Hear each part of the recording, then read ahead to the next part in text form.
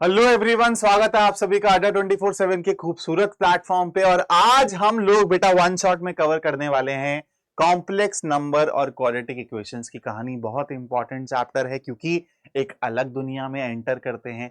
Sir हम लोग class 10th तक ना थोड़ा बहुत तो सुन के आए थे इसके बारे में, जब हम लोग क्वाड्रेटिक इक्वेशंस में पढ़ते हैं।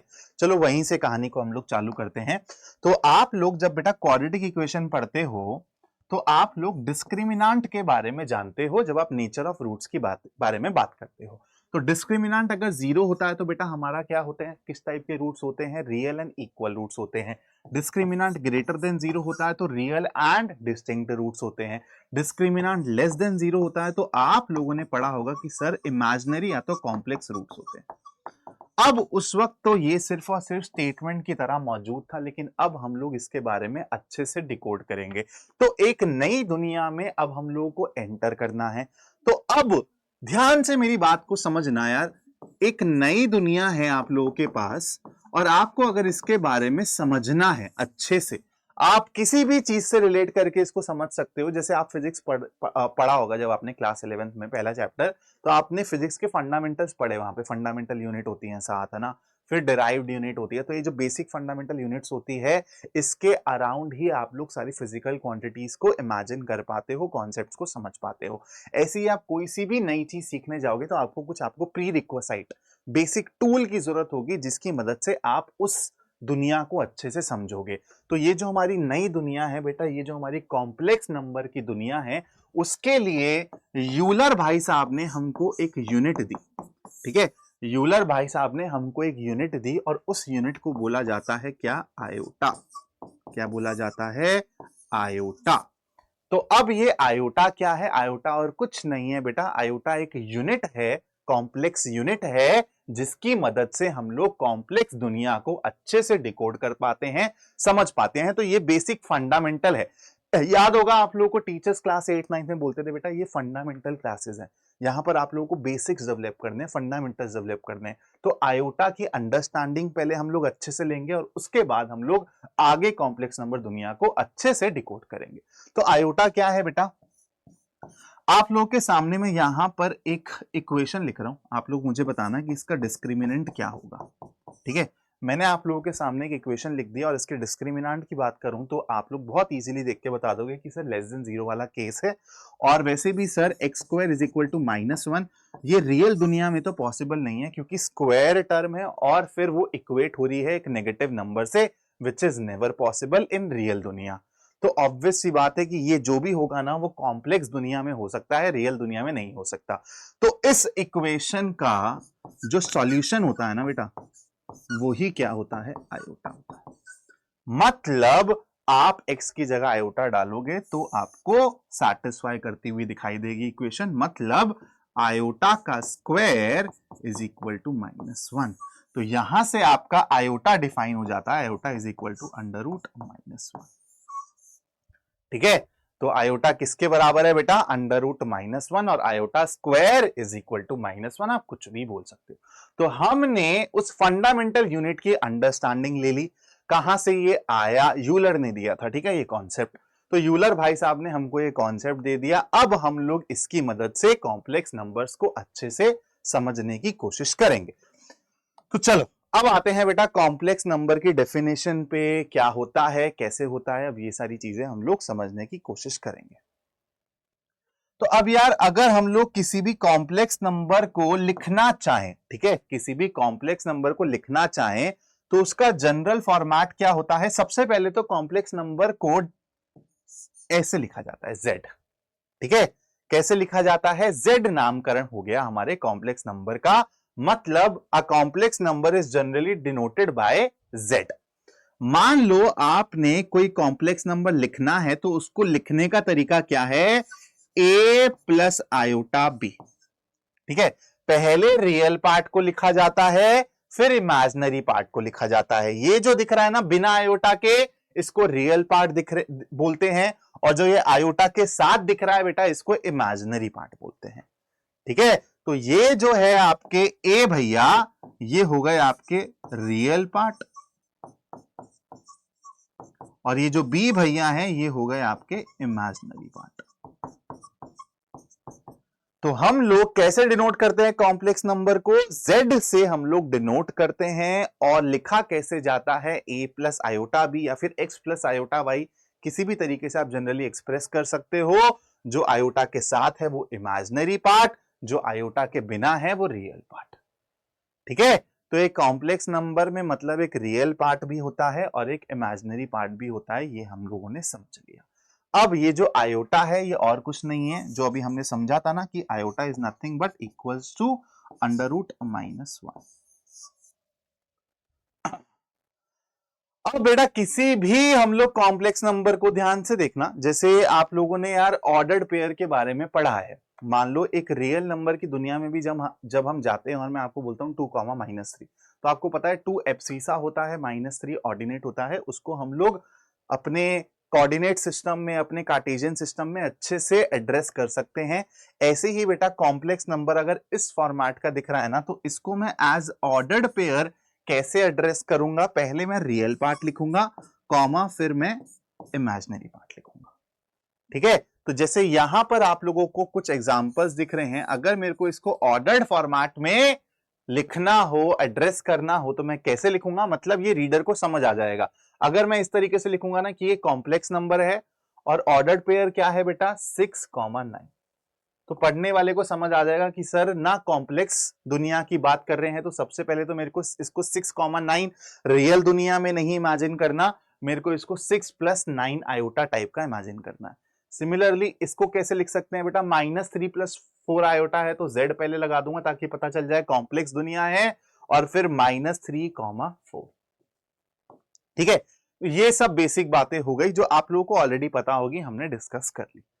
चलो थोड़ा सा और आगे बढ़ते हैं, है ना। थोड़ा क्वेश्चंस पे ज्यादा फोकस करेंगे क्योंकि थ्योरी पॉइंट ऑफ व्यू से एनसीईआरटी में बहुत ज्यादा नहीं दिया हुआ, लेकिन मैं एनसीईआरटी से थोड़ा सा ऊपर लेवल का ही कवर करूंगा, तो आप लोगों को लेक्चर को एंड तक देखना है। 1.2x की स्पीड है, 1.3x की स्पीड, जिसमें भी आपको कंफर्टेबल लगता है आप देख सकते हो लेक्चर। चलो, तो अब आते हैं बेटा real and imaginary part of a complex number. तो अगेन मैं आपके सामने यहां पर एक कॉम्प्लेक्स नंबर को लिख चुका हूं, ये आपका रियल पार्ट है बेटा, और ये आपका इमेजिनरी पार्ट है, दिमाग में रखना। ठीक है, अब आते हैं purely real and purely imaginary complex number पे। बेटा प्योरली रियल जैसे नाम ही आप लोगों को बता रहा है कि यार प्योरली रियल का मतलब है कि सर इमेजिनरी पार्ट क्या हो जाएगा मेरा? इमेजिनरी पार्ट क्या हो जाएगा? 0 हो जाएगा। और प्योरली इमेजिनरी में क्या हो जाएगा? रियल के लिए कोई जगह नहीं रहेगी, तो यहां पे रियल पार्ट 0 हो जाएगा। मतलब प्योरली रियल कब होगा? जब b = 0 हो जाएगा, according to this general expression. और प्योरली इमेजिनरी कब होगा बेटा? जब a = 0 हो जाएगा। ठीक है, तो अगर प्योरली रियल होगा बेटा तो इसको कैसे लिख सकता हूं? खाली a। ठीक है, z = a टाइप का। और प्योरली इमेजिनरी होगा तो इसको मैं कैसे लिख सकता हूं? z = आयोटा b टाइप का। कहानी क्लियर? कहानी क्लियर? चलो, अब आते हैं बेटा जीरो कॉम्प्लेक्स नंबर पे। तो जीरो कॉम्प्लेक्स नंबर क्या होता है? जहां पर आपका a और b दोनों के दोनों 0 हो, उसको हम लोग जीरो कॉम्प्लेक्स नंबर कहते हैं। यानी कि 0 + 0 आयोटा टाइप का आपको यहां पर दिख जाएगा, विजुअलाइज हो जाएगा। तो ये है आपका जीरो कॉम्प्लेक्स नंबर। ठीक है, ये सब बेसिक बातें हैं, इसलिए मैं जल्दी जल्दी कवर कर रहा हूं। जहां पर भी मेरे को लगेगा कि यार यहाँ पे बच्चों को दिक्कत होती है, आराम से टाइम लेके समझाऊंगा।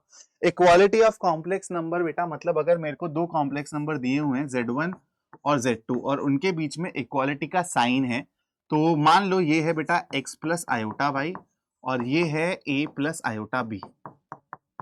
तो अगर आपको इक्वालिटी होल्ड करवानी है तो इसका मतलब क्या है बेटा कि जो रियल पार्ट है वो रियल पार्ट के बराबर होगा, जो इमेजिनरी पार्ट है वो इमेजिनरी पार्ट के बराबर होगा। मतलब x will be equal to a and y will be equal to b। Clear कहानी? इतनी कहानी क्लियर?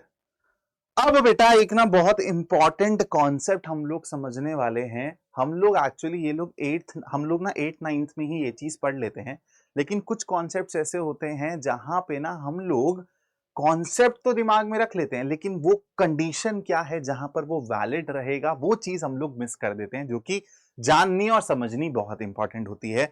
अब मैं अगर आप लोगों से एक सवाल पूछूं बच्चों कि अगर मैं बोलूं अंडर रूट ए इंटू अंडर रूट बी क्या होता है, तो हर कोई फटाफट से चीख के बोल देगा sir under root a b के बराबर।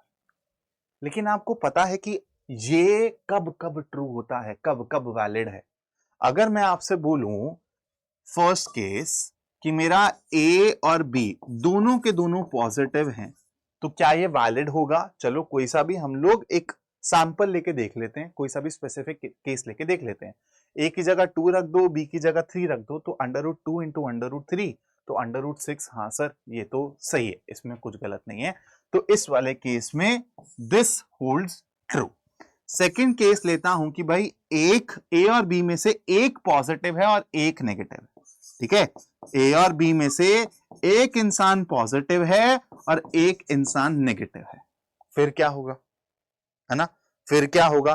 तो आप लोग यहां पर भी स्पेसिफिक केसेस लेके देख सकते हो। ए की जगह -2 रख दो, बी की जगह 3 रख दो, ठीक है? ऐसा कुछ रख दो तो अभी आपको दिखेगा कि ये सही है सर, ये स्टेटमेंट सही साबित हो रही है, मतलब it is still holding true. तो इसके लिए भी ये चीज ट्रू होती है।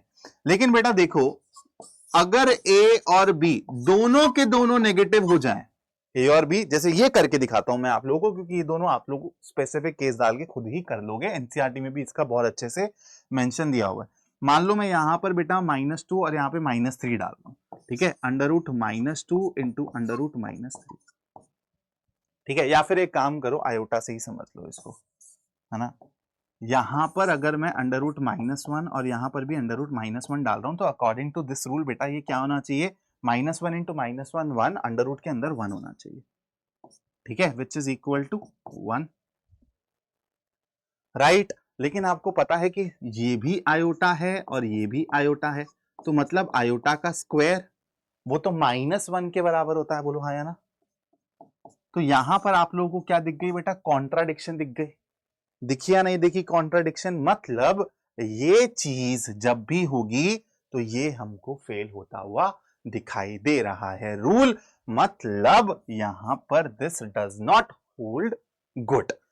तो आप लोग इसको ट्रू कब बोल सकते हो? जब ए और बी दोनों पॉजिटिव हो, या तो ए और बी में से एक पॉजिटिव एक नेगेटिव हो, तो आपकी ये स्टेटमेंट सही साबित होगी। अगर आप दोनों को नेगेटिव लेते हो तो भाई आप लोगों को गड़बड़ दिखनी चालू हो जाएगी। This is a very very important concept that you all should understand. और अच्छे एग्जाम्स में, कॉम्पिटिटिव एग्जाम्स में, जेई लेवल के एग्जाम्स में इन्हीं सब मुद्दों को उठा के ना बच्चों के सामने प्रस्तुत कर दिया जाता है, क्योंकि बच्चे ये बेसिक चीजें ही नहीं पढ़ते हैं, या फिर रूल पढ़ लेते हैं, ये नहीं देखते कि ये रूल कब अप्लाई होगा, ठीक है? तो ये बेसिक बेसिक गैप से ही क्वेश्चन पूछा जाता है जी एडवांस जैसे एग्जाम्स में। तो चलो यार पहला क्वेश्चन चालू करते हैं इस वन शॉट का, देखते हैं क्या कह रहा है क्वेश्चन। आप लोग प्लीज यहाँ पे पॉज करके पहले खुद से क्वेश्चन को सॉल्व करिएगा, उसके बाद आप लोग सॉल्यूशन को देखना। Find the value of under root -25 plus under root -4। तो देखो बेटा यहां पर आप लोगों को दिख रहा है दिस इज नथिंग बट, अगर मैं इसको लिखना चाहूं एकदम बेसिक लेवल से समझेंगे, टेंशन मत लेना, अंडर रूट -1 इंटू 25, ठीक है? अब एक पॉजिटिव है एक नेगेटिव है, तो पिछले वाली स्लाइड पर मैंने जो सिखाया उसके अकॉर्डिंग क्या हो जाएगा? Under root -1 into under root 25। Under root -1 क्या है बेटा? आयोटा है, इंटू अंडर रूट 25 इज 5, तो ये हो गया बेटा आपका 5 आयोटा के बराबर। फिर अगर मैं इसकी बात करूं तो ये है 3 अंडर रूट -4, तो यहां पर 3, अब बेटा ये कैसे टूटेगा? Under root -1 into under root 4, under root -1 is iota और अंडर रूट 4 इज 2, तो ये हो जाएगा 6 आयोटा, ठीक है? क्या हो जाएगा? 6 आयोटा। अब ये क्या है? 2 into under root -1 into under root 9, तो 2 into under root -1 is iota into under root 9 is 3, तो this is also equal to 6 iota. तो तीनों का समेशन कर दोगे तो 5 6 11 11 6 17, तो आंसर हो जाएगा 17 आयोटा। क्लियर है कहानी? Let's move on to the next slide. अब आते हैं बेटा हम लोग powers of, higher powers of या फिर इंटीग्रल पावर्स ऑफ आयोटा के बारे में समझने की कोशिश करते हैं। तो एक एक करके हम लोग केस देखते हैं और इसकी साइक्लिसिटी के बारे में भी समझेंगे, ठीक है? तो आप लोगों को पता है यार सर आयोटा के बारे में तो आपने अच्छे से हम लोगों को समझा दिया, is equal to under root -1। अगर मैं आयोटा स्क्वायर की बात करूं तो सर ऑब्वियस सी बात है, ये भी आपने बता दिया ऑलरेडी -1। अब अगर मैं आयोटा क्यूब की बात करूं, आयोटा क्यूब की बात करूं बेटा, तो आप लोगों को पता है आयोटा क्यूब किसके बराबर होगा, iota square into iota. Iota square -1 है तो -1 into iota that is equal to minus iota. फिर अगर मैं आयोटा की पावर 4 की बात करूं बेटा, तो आयोटा की पावर 4 क्या हो जाएगा, आयोटा का स्क्वायर इंटू आयोटा स्क्वायर, तो मतलब -1 into -1 that is equal to 1। अब देखो अगर मैं आयोटा की पावर 5 पे जाता हूं तो ये क्या हो जाएगा, आयोटा की पावर 4 इंटू आयोटा, मतलब again this is equal to iota की पावर 4 इज 1, तो 1 into iota is equal to iota. फिर आयोटा की पावर 6 पे अगर मैं जाता हूं बेटा, तो दिस इज आयोटा की power 4 into iota square, iota की पावर 4 इज 1, तो 1 into iota square is again -1। फिर अगर मैं आयोटा की पावर 7 पे जाता हूं तो पता है आपको आयोटा का पावर 4 इंटू आयोटा क्यूब, तो यार आयोटा की पावर 4 आता जा रहा है ना, इसमें वो 1 बनाता जा रहा है, तो एक्चुअली देखो आप यहीं पर ही आते जा रहे हो, ये आयोटा के बराबर, ये आयोटा स्क्वायर के बराबर, ये आयोटा क्यूब के बराबर, और ये अगेन आपका आयोटा की पावर 4 के बराबर ही हो जाएगा। तो ये किसके बराबर हो गया, आयोटा का square is nothing but iota का cube which is equal to minus iota, और आयोटा की पावर 8 अगेन आपका 1 हो जाएगा। तो आप देख रहे हो कि आप जब पावर 4 तक पहुंच रहे हो उसके बाद आपकी वैल्यूज रिपीट होनी चालू हो जा रही है। इसको बोलते हैं कि साइक्लिक टाइप का कुछ पैटर्न हमको दिख रहा है, साइक्लिसिटी यहां पर आप लोगों को दिख रही है। तो आफ्टर पावर 4 आपकी वैल्यूज क्या हो रही है, रिपीट होनी चालू हो गई। ठीक है, तो हम लोग इसी को यूज करके ना इसको जनरलाइज कर देते हैं। किस तरीके से, ध्यान से समझना कि अगर आपको कहीं पर भी दिखे ऐसा कुछ, आयोटा की पावर मान लो 53, अब हायर पावर है, सर कैसे करें, ऐसे जाता जाऊं नहीं, आपको इसी पैटर्न को यूज करना है, क्योंकि आपको पता है कि इसकी साइक्लिसिटी 4 आ गई है ना, इसकी साइक्लिसिटी क्या आ गई है, 4 आ गई है। तो आप क्या करोगे, इस पावर को सबसे पहले 4 से डिवाइड कर दो और रिमाइंडर देख लो। रिमाइंडर देखोगे तो ऑब्वियसली बात है 52 आता है टेबल में, तो यहां पे रिमाइंडर क्या हो जाएगा बेटा, 1 हो जाएगा। रिमाइंडर 1 हो जाएगा तो मतलब आयोटा की ये क्या है, आयोटा की पावर 4। अब यहां पर बेटा ये देखो, अगर मैं इसको एक्चुअली बताऊं तो दिस इज 13 है ना, इनटू आयोटा। अब इससे मेरे को मतलब नहीं है, क्योंकि मेरे को पता है ये 1 हो जाने वाला है। तो अगर मेरे को ओरली या वर्बली क्वेश्चन करना पड़ेगा तो मैं इसको देखूंगा कि यार ये 4 से डिवाइड होकर क्या रिमाइंडर दे रहा है, जो रिमाइंडर बचेगा ना वही आयोटा की पावर आंसर हो जाएगा। तो आयोटा की पावर 1 यहां पर आंसर हो जाएगा, मतलब this is equal to iota. यही चीज यहां पर स्टेटमेंट फॉर्मेट में लिखी हुई है कि अगर आप हायर पावर्स पे जाते हैं तो अगर आयोटा की पावर 4 के टाइप का मिले, मतलब रिमाइंडर 0 हो जाए तो आंसर हो जाएगा 1। आयोटा की पावर 4k प्लस 1 मतलब रिमाइंडर 1 मिले तो आयोटा आएगा, रिमाइंडर 2 मिले तो -1 आयोटा स्क्वायर के बराबर, और अगर रिमाइंडर 3 मिले तो आयोटा क्यूब के बराबर, मतलब -1 आपका आंसर हो जाएगा। तो यहां पर हम लोग एक क्वेश्चन को करते हैं, ठीक है, साइड में। चलो, आयोटा की पावर 104 आप लोगों को ये सॉल्व करना है, पॉज करके यहां पे सॉल्व करना है। मैं आपको बताता हूं इसको अगेन हम लोग कैसे करेंगे। 104 को हम लोग पहले 4 से डिवाइड कर लेंगे दिमाग में। तो हमने कर लिया डिवाइड यार, कि सर 100 आता है 4 की टेबल में, तो 104 भी ऑब्वियस सी बात है आएगा। तो ये एक्चुअली आयोटा की पावर 4 में ही पूरी तरीके से कन्वर्ट हो जाएगा। मेरे को नहीं मतलब है यार, मेरे को नहीं मतलब है कि क्या आएगा इनकी जगह, मेरे को इतना दिख गया कि आयोटा की पावर 4 का ही कुछ पावर होगा, ये 1 के बराबर है, तो 1 to the power something is 1, तो आंसर हो जाएगा 1। ठीक है, इस तरीके से हम लोग साइक्लिसिटी का यूज करते हैं। तो बेटा ये तो हमने बात करी यहां पर ना पॉजिटिव पावर्स के लिए, ठीक है, पॉजिटिव पावर्स के लिए हम लोगों ने बात कर ली यहां पर। अब हम लोग थोड़ा नेगेटिव पावर्स को भी ध्यान में दे देते हैं, है ना, कि नेगेटिव पावर्स हम लोग कैसे निकालते हैं। तो आपको एक ही केस समझाऊंगा, आप लोग समझ जाओगे, और ये सब चीजें रटने की जरूरत नहीं है, ठीक है, अपने आप ही आपको याद हो जाएगा, जब क्वेश्चंस कर लोगे ना बहुत सारे, आयोटा का स्क्वायर देखते ही -1 डाल दोगे, आयोटा का क्यूब देखते ही माइनस आयोटा डल जाएगा, आयोटा की पावर 4 देखते ही 1 डल जाएगा। ठीक है, तो नेगेटिव पावर्स की बात करूं तो चलो यार एक काम करते हैं, आयोटा की पावर -1 से ही चालू करते हैं। आयोटा की power -1 is nothing but 1 by iota. अब बेटा देखो यार, जब भी आपको डिनोमिनेटर में आयोटा दिखे ना, आपको डिनोमिनेटर से आयोटा को गायब करना है कुछ भी करके। तो आपको पता है कि डिनोमिनेटर से आयोटा गायब करने के लिए सर, अगर मेरे पास डिनोमिनेटर में आयोटा स्क्वायर बन जाए तो आयोटा स्क्वायर -1 के बराबर होता है, मतलब आयोटा का नामो निशान हट जाएगा। तो अगर मेरे को डिनोमिनेटर में आयोटा का स्क्वायर बनाना है तो मैं क्या ये गेम खेल सकता हूं? बिल्कुल खेल सकता हूं। तो यहां पे मेरे को समझ आया कि सर ये तो आयोटा बाय आयोटा स्क्वायर हो गया, आयोटा स्क्वायर इज -1, तो एक्चुअली सर ये तो माइनस आयोटा के बराबर ही आ गया। ठीक है, तो इस तरीके से हम लोग नेगेटिव पावर्स को भी सॉल्व कर सकते हैं, मतलब रैशनलाइजेशन का हम लोग कॉन्सेप्ट लगाएंगे और हमारी सिंपलेस्ट रिजल्ट्स में हम लोग फटाफट से आंसर्स निकाल लेंगे। चलो let's move on to the next question. इसमें बेटा मैं आप लोगों को पहला क्वेश्चन करवा रहा हूं, बाकी क्वेश्चंस आप लोग खुद से करोगे। ठीक है, तो ये वाला और ये वाला आप लोगों के लिए होमवर्क है। पहला क्वेश्चन हम लोग मिलके देखते हैं क्या कह रहा है। आयोटा की पावर 103 है ना, तो आपको इसको किसमें a प्लस आयोटा बी के फॉर्मेट में कन्वर्ट करना है। तो सबसे पहले तो इसको सिंपलेस्ट फॉर्मेट में कन्वर्ट करेंगे। मैंने क्या बोला था, जो पावर है उसको 4 से डिवाइड कर लो, रिमाइंडर देख लो। तो आपको पता है 100 आता है टेबल में 4 की, तो ये 3 रिमाइंडर देगा। तो एक्चुअली मैंने क्या बोला था, अब देखो अगर सब्जेक्टिव क्वेश्चन में आता है तो प्रॉपरली लिखना पड़ेगा। दिस इज आयोटा की पावर 4 25 और iota cube. Now this is 1, so 1 की power 25 is 1 into iota cube.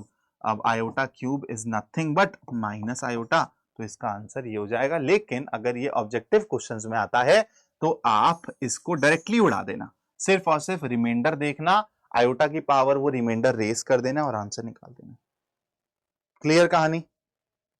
चलो let's move on to the next problem. Show that iota की पावर n प्लस आयोटा की power n+1 n+2 n+3 is equal to 0 for all n belongs to natural number. तो बहुत simple सा सवाल है, क्योंकि मेरे को देखो कॉमन यहां पे दिख रहा है कि अगर मैं आयोटा की पावर n कॉमन ले लेता हूं तो सर यहां पर 1 plus iota square plus iota cube आता हुआ दिखाई देगा।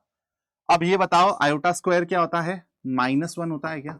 तो 1 और -1 तो उड़ गए। आयोटा और आयोटा क्यूब भी क्या होता है, माइनस आयोटा, तो ये दोनों भी उड़ गए।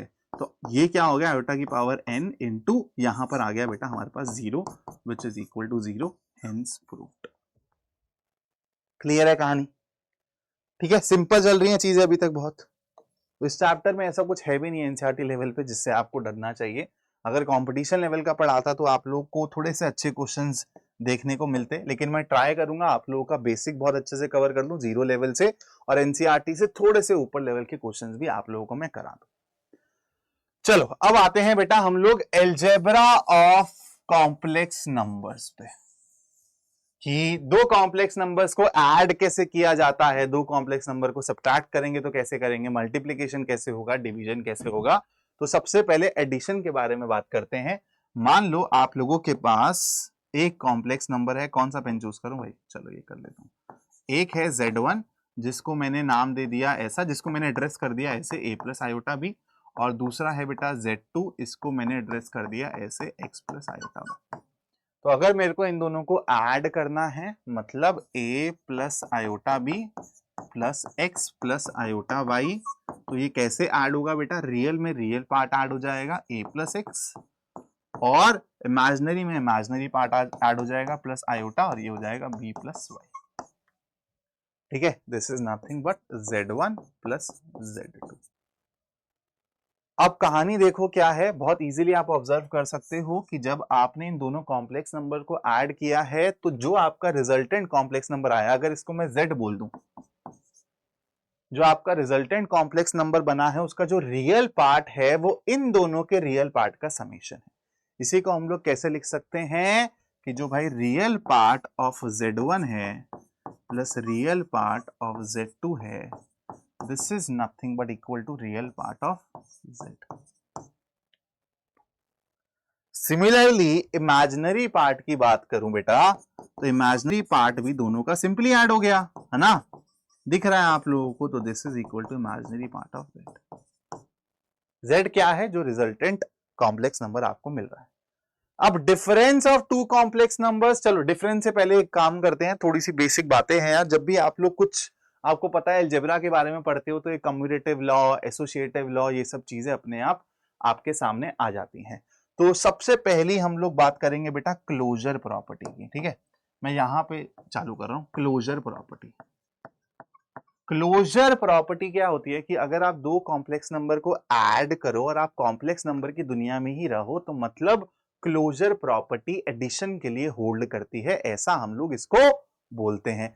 तो ऑब्वियस सी बात है कि जब आप दो कॉम्प्लेक्स नंबर को ऐड करोगे तो कॉम्प्लेक्स नंबर की दुनिया में ही रहोगे, तो closure property is valid for complex addition. उसके बाद बात करते हैं बेटा कम्यूटेटिव लॉ की, ठीक है। कम्यूटेटिव लॉ क्या होता है कि अगर मैं यहां पर Z1 प्लस Z2 कर रहा हूं या फिर Z2 प्लस Z1 कर रहा हूं, तो कोई मेरे को फर्क देखने को नहीं मिल रहा है। अगर ऐसा होगा तो मैं बोलूंगा कम्यूटेटिव लॉ भी होल्ड करता है फॉर एडिशन। ऑब्वियस सी बात है, चाहे आप Z1 को पहले रख दो, चाहे आप Z2 को पहले रख दो, आपको रिजल्टेंट कॉम्प्लेक्स नंबर तो सेम ही मिलेगा, मतलब कम्यूटेटिव लॉ भी एडिशन के लिए होल्ड करता है। फिर आते हैं बेटा एसोसिएटिव लॉ पे। एसोसिएटिव लॉ, एसोसिएटिव लॉ क्या कहता है कि भाई एक काम करो, तीन कॉम्प्लेक्स नंबर इमेजिन कर लो, Z1, Z2, Z3। एक बारी Z1 और Z2 को ऐड करो पहले और फिर रिजल्टेंट को Z3 में ऐड करो, और एक बारी क्या करो, Z2 और Z3 को ऐड करो पहले और इनका जो रिजल्टेंट होगा वो Z1 में ऐड करो। तो क्या आपको ये दोनों के दोनों जो रिजल्ट्स मिल रहे हैं वो सेम मिलेंगे? ऑब्वियस सी बात है यार, ऑब्वियस सी बात है। चाहे आप Z1 को Z2 में पहले ऐड कर दो और फिर उसको Z3 में ऐड करो, या फिर Z2 और Z3 को पहले ऐड कर दो और फिर उनमें Z1 को ऐड करो, बात सेम है। मतलब एसोसिएटिव लॉ भी कॉम्प्लेक्स नंबर एडिशन में वैलिड है, काम करता है, ठीक है। फिर होता है बेटा एक एडिटिव इनवर्स, ठीक है, और एक होता है एडिटिव आइडेंटिटी। एडिटिव आइडेंटिटी का मतलब क्या होता है कि आपको किसी कॉम्प्लेक्स नंबर में कोई ऐसी चीज ऐड करनी है, कोई ऐसी चीज ऐड करनी है कि आपको आउटपुट में सेम कॉम्प्लेक्स नंबर मिल जाए। तो क्या ऐसा कोई यहां पर शख्स आप इमेजिन कर पा रहे हो कि अगर आप वो किसी भी कॉम्प्लेक्स नंबर में जोड़ोगे तो कोई वो फर्क पैदा नहीं करेगा? तो आपको मैंने अभी जीरो कॉम्प्लेक्स नंबर के बारे में पढ़ाया है, तो अगर आप a प्लस आयोटा b में जीरो कॉम्प्लेक्स नंबर ऐड करोगे तो मतलब आप रियल पार्ट में भी और इमेजिनरी पार्ट में कुछ छेड़ाखानी नहीं कर रहे हो, तो सेम ही आपको कॉम्प्लेक्स नंबर आउटपुट में मिल जाएगा। तो मतलब जो आपका एडिटिव आइडेंटिटी है किसी भी कॉम्प्लेक्स नंबर का, वो क्या है बेटा? Zero complex number. इसको प्लीज अपनी भाषा में नोट्स में डाल लेना। फिर बात करते हैं एडिटिव इनवर्स की। एडिटिव इनवर्स क्या होता है बच्चों? कि अगर मैं किसी भी कॉम्प्लेक्स नंबर में कुछ ऐसा ऐड कर दूं कि मेरे को जीरो कॉम्प्लेक्स नंबर मिल जाए, तो ऑब्वियस सी बात है इसका एकदम उल्टा ऐड कर दूंगा।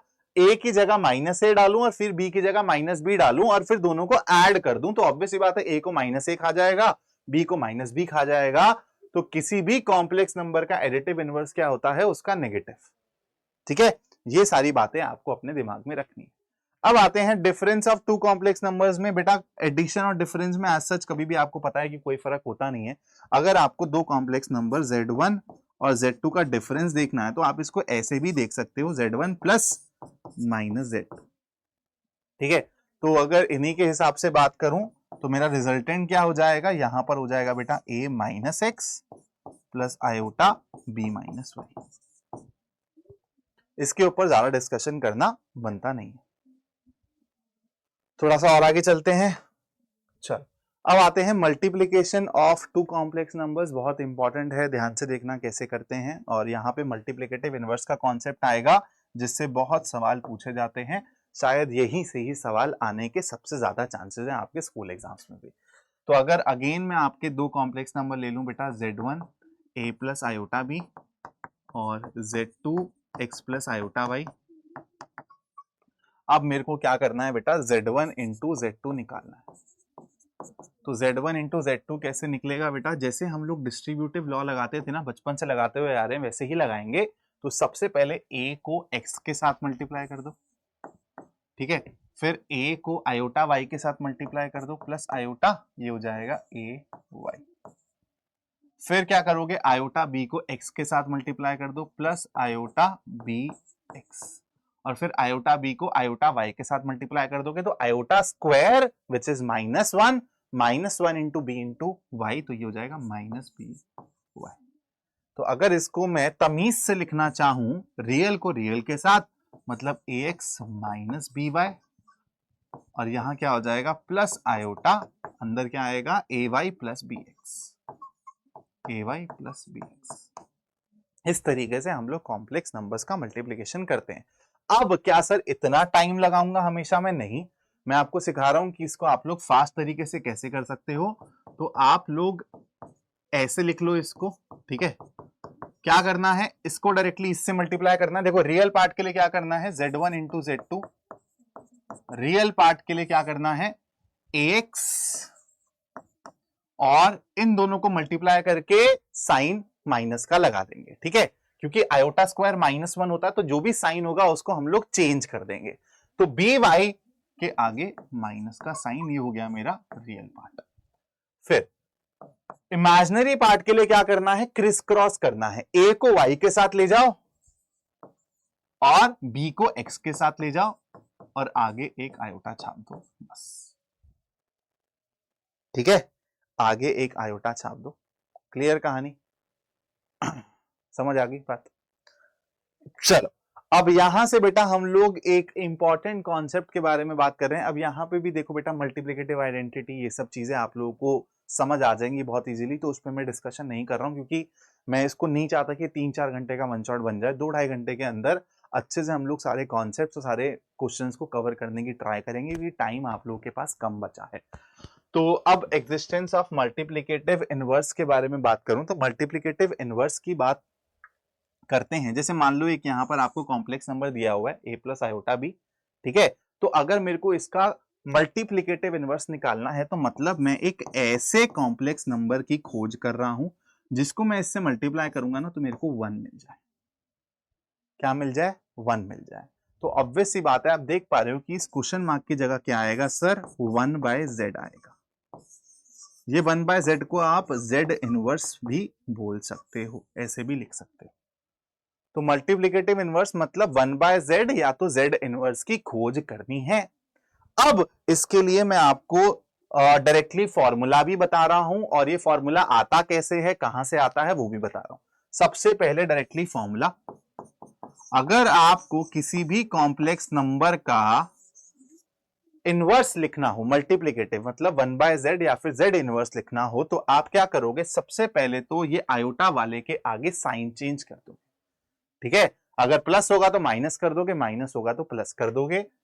तो a माइनस, जैसे यहां पे प्लस है तो a माइनस आयोटा भी हो जाएगा, डिवाइडेड बाय, फिर क्या करेंगे, जो रियल पार्ट है और जो इमेजिनरी पार्ट है इनके स्क्वायर्स करके ऐड कर देंगे, a square plus b square, खत्म कहानी, ठीक है। अब ये फॉर्मूला आया कहां से है, इसका बेसिक क्या है उसके बारे में समझ लो। अगर ये बेटा z है तो 1/z क्या हो जाएगा, 1 divided by a plus iota b। मैंने आपको क्या समझाया था, डिनोमिनेटर में हमको आयोटा देखते ही घबराहट होती है जी, अच्छा नहीं लगता है, तो हम लोग क्या करेंगे, इस आयोटा का गेम बनाएंगे।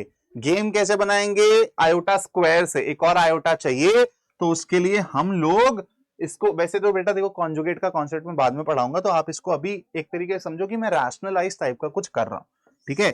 a माइनस आयोटा b से मल्टीप्लाई डिवाइड कर दो, ठीक है, न्यूमरेटर डिनोमिनेटर में।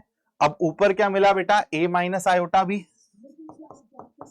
और डिनोमिनेटर में क्या आया, देखो a plus iota b, a minus iota b, a plus b into a minus b का कॉन्सेप्ट दिख रहा है। ये मैं आइडेंटिटीज बताऊंगा।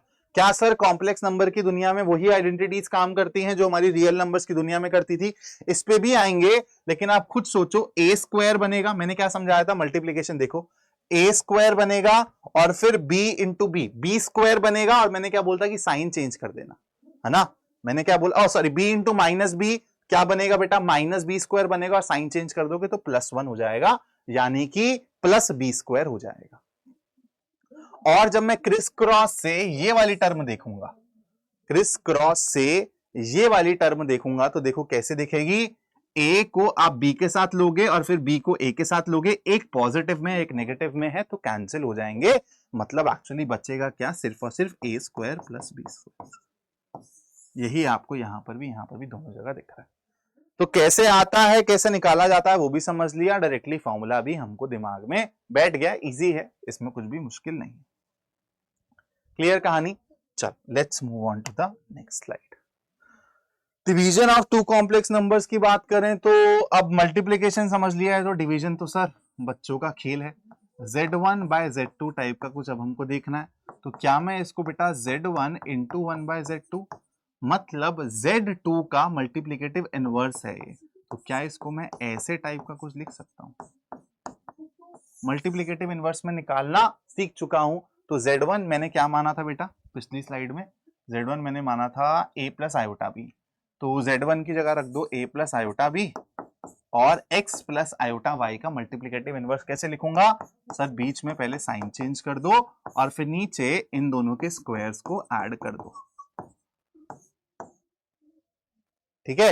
अब यहां पर आप इसको ऐसे नहीं छोड़ोगे, आप इसको न्यूमरेटर को और सिंप्लीफाई करोगे प्रोडक्ट करके, और फिर जो का आंसर आएगा आप उसमें इसको फाइनली छोड़ोगे, ठीक है। चल थोड़ा सा और आगे बढ़ते हैं। अब बेटा अभी कुछ देर पहले मैंने आइडेंटिटीज के बारे में बात करी थी, राइट, कि आइडेंटिटीज वैलिड होती है या नहीं होती, तो हम उसके बारे में ही डिस्कशन करने वाले हैं। तो देखो यार, आप लोग जो अभी तक आइडेंटिटीज पढ़कर आए हो रियल नंबर की दुनिया में, वो सब की सब आपको यहाँ पर दिख रही है। मतलब अगर दो कॉम्प्लेक्स नंबर है Z1 और Z2 और उनको ऐड करके मैं स्क्वायर करूं, तो a square plus B square plus 2ab की तरह ही खुल रहा है। अगर मैं दो कॉम्प्लेक्स नंबर्स का डिफरेंस लेके स्क्वायर करूं तो a square b square minus 2ab की तरह ही खुल रहा है। फिर अगर मैं बात करूं Z1 प्लस Z2 का होल क्यूब, मतलब a प्लस बी का होल क्यूब, तो a cube plus b cube plus 3a square b plus 3ab square की तरह ही ओपन हो रहा है।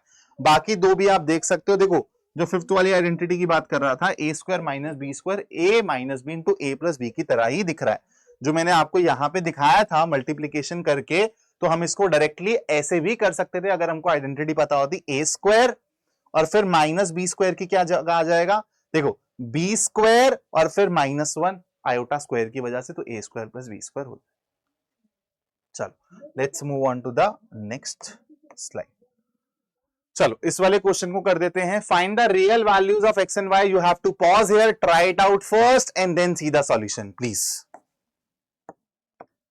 Find the values of x and y if this is equal to this, तो हम लोग सबसे पहले इसको यार सॉल्व करेंगे, मल्टीप्लाई हमको करना आता है, मैंने सर ने कैसे सिखाया था, सबसे पहले रियल पार्ट लिख लो x, और फिर यहां पर बेटा क्या हो जाएगा आपका आयोटा स्क्वायर y मतलब -y, ये हो गया रियल पार्ट, ठीक है।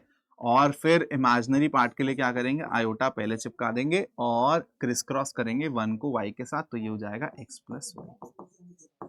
ये किसके बराबर दिया हुआ है, 2 माइनस 5 आयोटा। अब यहां से अगर दो कॉम्प्लेक्स नंबर में इक्वालिटी दिख रही है, कॉन्सेप्ट बताया है, रियल को रियल से इक्वेट करो और इमेजिनरी को इमेजिनरी से, तो x माइनस वाई हमारा 2 के बराबर आ रहा है और x प्लस 5 हमारा -5 के बराबर आ रहा है। इसको आप सॉल्व कर सकते हो, युगांडा का बच्चा भी इसको ओरली सॉल्व कर सकता है, इस पे हम लोग ज्यादा डिस्कशन हम नहीं करेंगे।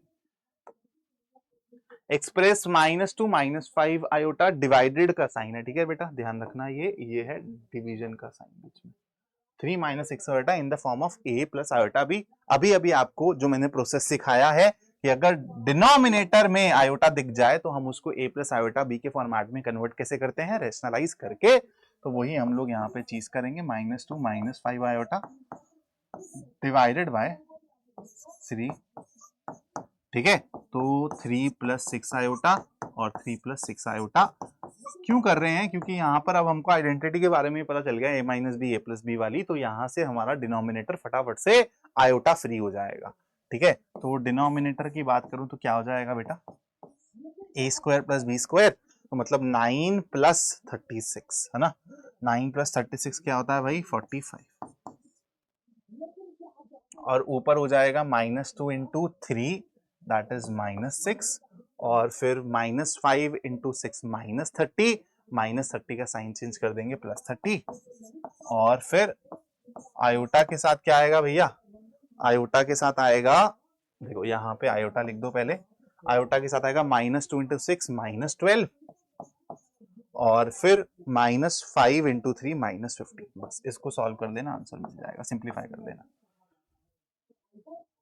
बढ़े आगे, सिंपल। ये आप लोगों के लिए होमवर्क क्वेश्चन है, ये एक अच्छा क्वेश्चन है, आप लोग इसको खुद से ट्राई करोगे। ये टास्क 1 हो गया आप सभी का, ठीक है। अब ये एक इंपॉर्टेंट प्रॉब्लम है, इसको हम लोग डिस्कस करेंगे। यहां से मेरे को आप लोगों को कुछ चीजें सिखानी भी हैं और मेक श्योर कि आप ये बातें जो मैं आपको अभी सिखाने वाला हूं ये आप अपने नोट्स में भी जरूर डाल लें। तो यहां पर प्रॉब्लम हम लोगों को दिख रही है भाई कि 1 plus iota divided by 1 minus iota का whole cube -1 minus iota divided by 1 plus iota का whole cube is equal to x plus iota y, then find x और y की वैल्यू बतानी है। तो हमको सबसे पहले तो इसको सिंपलेस्ट मतलब a प्लस आयोटा b के फॉर्मेट में कन्वर्ट करना पड़ेगा। बच्चे क्या करेंगे कि ऊपर नीचे ना क्यूब कर देंगे और फिर रैशनलाइजेशन वाला कॉन्सेप्ट लगाएंगे, जो कि मतलब आप फालतू के लिए अभी अपना टाइम खराब करने वाली बात कर रहे हो। सबसे पहले आप ऑब्जर्व करो कि सर यहां पर जो है ना उसी का रेसिप्रोकल ये है, ठीक है, उसी का रेसिप्रोकल ये है। तो अगर मैं 1 प्लस आयोटा 1 माइनस आयोटा को अच्छे से देखूं और यहां पर ही इसको आयोटा फ्री करना चाहूं, इसको सिंपलेस्ट फॉर्म में कन्वर्ट करना चाहूं, तो ये हो जाएगा 1 प्लस आयोटा 1 प्लस आयोटा, ऊपर a प्लस बी का होल स्क्वायर दिख रहा है तो a square plus B square मतलब -1 और फिर 2ab मतलब 2 इंटू 1 इंटू आयोटा मतलब 2 आयोटा और नीचे क्या हो जाएगा a square plus B square मतलब 1 और यहां पर हो जाएगा आयोटा स्क्वायर -1 तो ये हो जाएगा 2, ठीक है। तो 1 और -1 गायब, तो ये हो जाएगा 2 आयोटा डिवाइडेड बाय 2 यानी आयोटा के बराबर। अब बच्चे क्या करेंगे, इसको भी सिमिलरली सॉल्व करने की ट्राई करेंगे। अभी बताया कि ये जो है ये उसका उल्टा दिख रहा है, तो अगर ये आयोटा है तो ये 1 बाय आयोटा है। 1 बाय आयोटा के बारे में मैंने आपको अभी अभी बताया था। 1 बाय आयोटा के बारे में या फिर नहीं भी याद है तो यार कुछ नहीं करना, इतनी सी तो मेहनत है बस। आयोटा बाय आयोटा स्क्वायर मतलब माइनस आयोटा। तो ये किस में कन्वर्ट हो गई प्रॉब्लम, सिंपलेस्ट फॉर्म में कन्वर्ट हो गई, आयोटा का क्यूब और यहाँ पे माइनस ऑफ माइनस आयोटा का cube is equal to x plus iota y. अब यहां से आप इस प्रॉब्लम को बहुत आसानी से कर सकते हो। ठीक है भाई कहानी, ठीक है भाई कहानी। बस यहाँ पे ध्यान रखना, यहाँ पे कंफ्यूज मत होना कि माइनस आयोटा का क्यूब क्या हो जाएगा, उसमें आप लोग परेशान मत होना। जैसे मैं आपको करके भी दिखा देता हूँ कि कुछ बच्चों को मेरे को पता है कि यहाँ पे दिक्कत होगी, पक्की बात है। तो यहाँ तो आप लोगों को पता है iota cube sir minus iota के बराबर होता है, इसमें हमको दिक्कत नहीं है माइनस। अब यहाँ पर ये क्या है -1 इनटू आयोटा का क्यूब, ऐसा टाइप का कुछ है ना, ऐसे टाइप का कुछ है। तो आयोटा क्यूब अगेन आपका क्या हो जाएगा माइनस आयोटा, तो माइनस आयोटा इंटू -1 हो जाएगा आयोटा, आयोटा के आगे माइनस है तो बेटा ये चीज सॉरी थोड़ी सी हचड़ बचड़ हो गई है, तो ये हो जाएगा -2 आयोटा, ठीक है। तो -2 आयोटा आपका x प्लस आयोटा के y के बराबर है, तो x की वैल्यू 0 हो गई, y की वैल्यू -2 हो गई, क्वेश्चन खत्म। चलो अब बेटा हम लोग कॉम्प्लेक्स नंबर की बेसिक बातें समझ चुके हैं कि कैसे एडिशन करते हैं, मल्टीप्लिकेशन, मल्टीप्लिकेटिव इनवर्स, डिफरेंस, ये सब चीजें हम लोग कवर कर चुके हैं। अब हम लोग चलो बहुत अच्छी स्पीड चल रही है, 45 मिनट्स हो गए हैं और थोड़े 45-50 मिनट्स के अंदर मैं ट्राई करूंगा कि चीजों को सम अप कर लूं, क्वेश्चन थोड़े से ज्यादा करवाऊंगा एंड में। तो conjugate, modulus and Argand plane of complex number की दुनिया में अब हम लोग घुसने वाले हैं। तो सबसे पहले हम लोग डिस्कस करेंगे कॉन्जुगेट के बारे में। अब बच्चों को ना कॉन्जुगेट निकालना तो आता है लेकिन कॉन्जुगेट की डेफिनेशन नहीं पता होती, तो ध्यान से सुनना मेरी बात को। कॉन्जुगेट क्या होता है बेटा, एक कॉम्प्लेक्स नंबर को एक ऐसा कॉम्प्लेक्स नंबर चाहिए कि अगर आप इन दोनों को ऐड करो तो भी आपको सिर्फ रियल पार्ट दिखे और अगर आप इन दोनों को मल्टीप्लाई करो तो भी सिर्फ आपको रियल नंबर दिखे। मतलब एक नंबर को, एक कॉम्प्लेक्स नंबर को एक ऐसा साथी चाहिए जिसको मैं z बार बोल दे रहा हूं कि अगर मैं इनको ऐड करूं तो भी मेरे को सिर्फ रियल नंबर दिखे और इन दोनों को मैं मल्टीप्लाई करूं तो भी मेरे को रियल नंबर दिखे। तो मेरे को ऐसे कॉम्प्लेक्स नंबर की खोज है। अगर मेरे को ऐसा कॉम्प्लेक्स नंबर मिल जाता है उसी को मैं कॉन्जुगेट ऑफ z बोल दूंगा। ठीक है, कॉन्जुगेट ऑफ z बोल दूंगा। तो आप खुद सोचो कि अगर मैं आप लोगों को एक कॉम्प्लेक्स नंबर दे रहा हूं x प्लस आयोटा वाई, अगर आपको इसमें कुछ ऐड करना है कि आपका ये इमेजिनरी पार्ट गायब हो जाए तो आप ऑब्वियस सी बात है कि माइनस आयोटा वाई तो गायब करोगे, है ना, माइनस आयोटा वाई से ही गायब करोगे। और एक काम करो, यहां पर x की जगह x ही रहने दो। तो देखो ऐड किया तो ये कैंसिल हो गया, ये हो गया 2x। क्या सिर्फ रियल नंबर दिख रहा है? हाँ। आप बोलोगे सर यहां पर x क्यों लिया, यहां पर कुछ और c या d ले लेते तो भी x plus D real number हो जाता। एकदम सही बात है। तो आपके एडिशन में तो वो सेटिस्फाई कर जाता, लेकिन मल्टीप्लिकेशन का क्या, ये दोनों के दोनों रूल्स सेटिस्फाई करवाने हैं बेटा कॉन्जुगेट बोलने के लिए। तो अगर मैं यहां पर दोनों को मल्टीप्लाई करता हूं, है ना, अभी कितनी बारी हमने प्रॉब्लम्स में देखा, तो ये किसके बराबर हो जाएगा, x square plus Y square, x square plus Y square. बोलो हाँ या ना, क्लियर है कहानी? तो आपको दिख रहा है कि भाई समेशन भी हमारा रियल नंबर आ गया और मल्टीप्लिकेशन भी हमारा रियल नंबर आ गया। तो अगर आपको कभी भी किसी कॉम्प्लेक्स नंबर का कॉन्जुगेट निकालना हो तो आप रियल को जो है वो ही रख दोगे, जो आपका इमेजिनरी पार्ट है ना उसका आप साइन चेंज कर दोगे। ठीक है, इमेजिनरी पार्ट का आप साइन चेंज कर दोगे। मतलब अगर आपको a प्लस आयोटा बी का क्या लिखना है, कॉन्जुगेट लिखना है, तो वो हो जाएगा a माइनस आयोटा बी। अब कॉन्जुगेट को डिनोट कैसे किया जाता है, कॉन्जुगेट को लिखा जाता है, अगर z का मेरे को कॉन्जुगेट निकालना है तो ऊपर में ऐसे इसके एक बार डाल दूंगा। ठीक है, इसके मैं ऊपर एक बार डाल दूंगा, इसको मैं बोलूंगा z कॉन्जुगेट या फिर z बार। तो मतलब ये जो मैंने निकाला है ये और कुछ नहीं है, a प्लस आयोटा बी का कॉन्जुगेट क्या हो जाएगा, a माइनस आयोटा बी। तो समझ आ गया कैसे करते हैं, रियल को मत छेड़ना, सिर्फ और सिर्फ इमेजिनरी पार्ट का साइन चेंज कर देना। क्लियर है भाई कहानी? इतनी कहानी सभी को समझ आ गई होगी। चलो आगे बढ़े, और ये रही हमारी डेफिनेशन।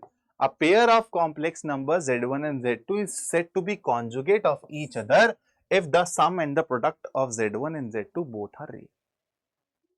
चलो let's move on to the next problem. Conjugate पे बेस्ड एक सिंपल सा प्रॉब्लम है, simplify the following complex number. 9 minus iota का कॉन्जुगेट 6 प्लस आयोटा क्यूब का 9 प्लस आयोटा स्क्वायर का। तो देखो 9 माइनस आयोटा, मैंने क्या बोला, रियल को नहीं छेड़ना और इमेजिनरी को साइन चेंज कर देंगे, प्लस आयोटा क्यूब क्या होता है, माइनस आयोटा। ठीक है, तो इसको सबसे पहले सिंप्लीफाई कर लिया मैंने दिमाग में, तो ये क्या है, 6 माइनस आयोटा है ना। ये जो है बेटा देखो ध्यान से देखना, ये जो चीज है आप लोगों की, ऐसे नहीं करता हूं वरना आप इसको मॉड समझ लोगे। ये वाली जो चीज है आपकी, ये एक्चुअली है क्या, this is nothing but 6 minus iota, और इसका ही कॉन्जुगेट निकालना है। तो मेरा क्या हो जाएगा, 6 को ऐसे ही रहने दूंगा और हो जाएगा प्लस आयोटा। अब माइनस आयोटा स्क्वायर क्या होता है, -1, आयोटा स्क्वायर -1 है, तो ये 9 माइनस 1 8 हो गया, 8 का कॉन्जुगेट। अब यहां पर समझो कि अगर आपके पास सिर्फ रियल पार्ट है, मतलब जैसे 8 का बार आपको 8 का कॉन्जुगेट निकालना है, तो मैंने क्या बोला, रियल पार्ट कभी भी चेंज नहीं होगा, सिर्फ इमेजिनरी पार्ट चेंज होगा, तो ये 8 का 8 ही आ जाएगा। ठीक है, तो यहां पर कहानी हो जाएगी 8। अब आप इसको कैसे लिख पाओगे, 9 6 15, 15 में से 8 गए 7, 7 प्लस 2 आयोटा। एक बार ही बस कैलकुलेशन चेक कर देना, मेरे हिसाब से सही हो। चलो थोड़ा सा और आगे चलते हैं। Let z1 is equal to 2 minus iota and z2 is equal to -2 plus iota, then find real part of z1 z2 divided by z1 का कॉन्जुगेट। सही है, तो कुछ नहीं करना यार, सिंपली हम लोग सबसे पहले इन दोनों को मल्टीप्लाई कर देंगे, 2 इंटू -2 -4 हो जाएगा, और यहां पर है 1 और यहां पर भी है 1, तो -1 है और यहां पर है 1, तो -1 और फिर -1, तो ये हो जाएगा +1। ठीक है ना, और इमेजिनरी पार्ट के लिए आयोटा यहाँ छाप दो और ये हो जाएगा आपका 2 आयोटा और ये हो जाएगा आपका अगेन 2 आयोटा, तो ये हो जाएगा 4 आयोटा। एक बार चेक कर लेना कहीं पे गड़बड़ी ना करी हो, मैंने -2 × -1 ठीक है। चलो अब नीचे आ जाएंगे, Z1 Z2 निकाल चुके हैं, अब हमको निकालना है Z1 का कॉन्जुगेट। तो ये 2 माइनस आयोटा है तो ये हो जाएगा 2 प्लस आयोटा। अब बेटा इसका हमको क्या चाहिए, रियल पार्ट चाहिए। तो सबसे पहले ये जो अंदर आपको प्राणी दिख रहा है ना, इसको आप x प्लस आयोटा वाई या फिर a प्लस आयोटा बी में कन्वर्ट करोगे और फिर वहां पर जो आपको रियल पोर्शन दिखेगा वो आपका आंसर आएगा। तो यहां पर आपको 2 माइनस आयोटा करना पड़ेगा। ठीक है कहानी। चलो let's move on to the next problem. Solve the equation z square is equal to z bar where z is equal to x plus iota y। बहुत सिंपल प्रॉब्लम है और बहुत इंपॉर्टेंट प्रॉब्लम है। स्कूल में ये problem पूछे जाने के अगेन बहुत ज्यादा चांसेस हैं। तो यार देखो z स्क्वायर क्या है, z अगर आपको x प्लस आयोटा y दिया गया है और इसका स्क्वायर करना है तो आप आइडेंटिटी लगा दोगे। कौन सी, x स्क्वायर a स्क्वायर, फिर होगा बी स्क्वायर, बी स्क्वायर क्या हो जाएगा आयोटा वाई का होल स्क्वायर मतलब आयोटा स्क्वायर, वाई स्क्वायर मतलब माइनस वाई स्क्वायर। ये हो गया आपका रियल पार्ट। ठीक है, फिर क्या होता है प्लस 2ab मतलब plus 2xy iota. This is equal to z bar मतलब इसका कॉन्जुगेट मतलब x minus iota.